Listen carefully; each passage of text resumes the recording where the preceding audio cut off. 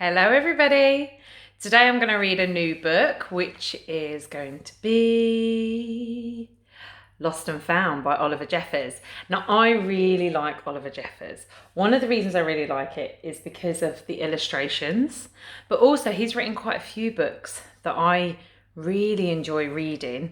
He's written How to Catch a Star, Up and Down, Stuck, and he wrote one about the crayons. Okay, so if you get a chance, they're really good books if you can download any of those. I've got a couple at home, so maybe I could read another one of those next week. So this one is called Lost and Found, and I think you'll probably find you enjoy the illustrations as much as I do. So let's get started.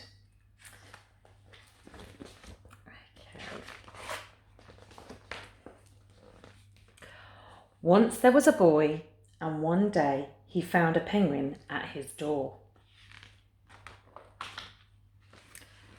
The boy didn't know where it had come from, but it began to follow him everywhere.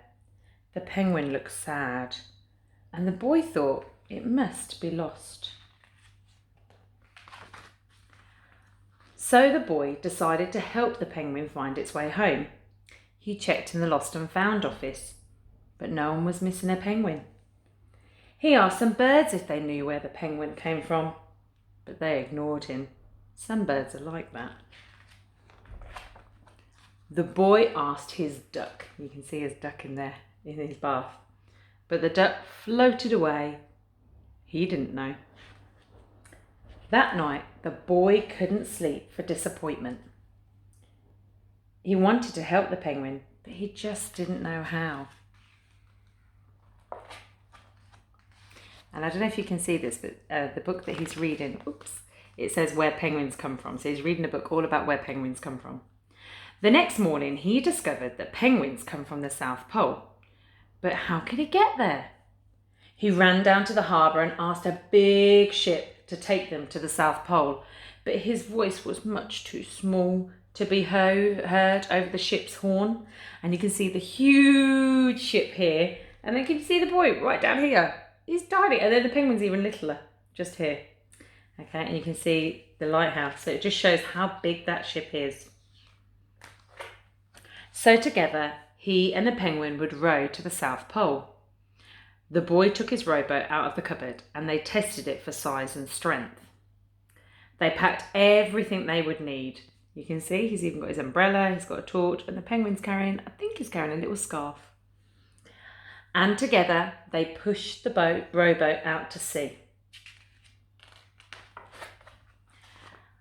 They rowed south for many days and nights with the boy telling stories all the way.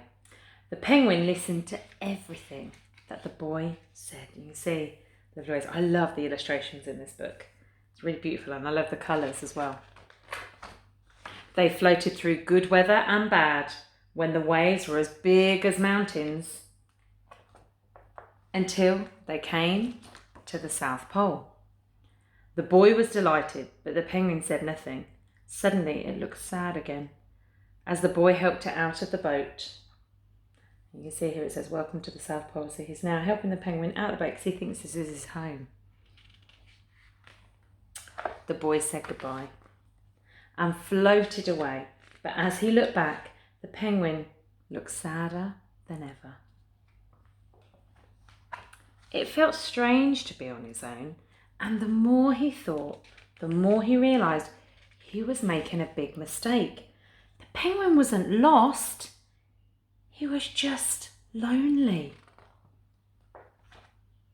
Quickly he turned the boat around and headed back to the South Pole as fast as he could. Can you see this, the iceberg? So they're both going round in circles trying to find each other. At last he reached the pole again. But where was the penguin? The boy searched and searched, but he was nowhere to be found. Maybe you'll be able to see him. Can you see him? Sadly, the boy set off for home. There was no point telling stories because there was no one to listen except the wind and the waves. But then the boy saw something in the water ahead of him.